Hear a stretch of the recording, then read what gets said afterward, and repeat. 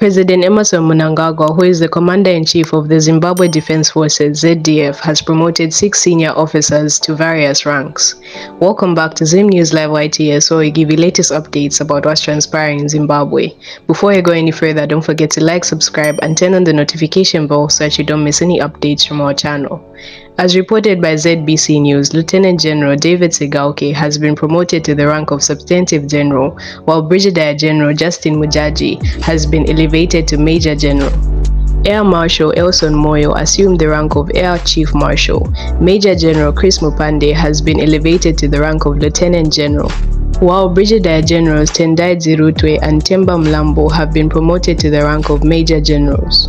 President Mnangagwa promoted the senior army officers in terms of the Defense Act, which empowers him, in consultation with the Minister of Defense and Commander Zimbabwe Defense Forces, to reward any member for distinguished service or gallant conduct. In today's news, President Mnangagwa promotes 6 ZDF senior officers.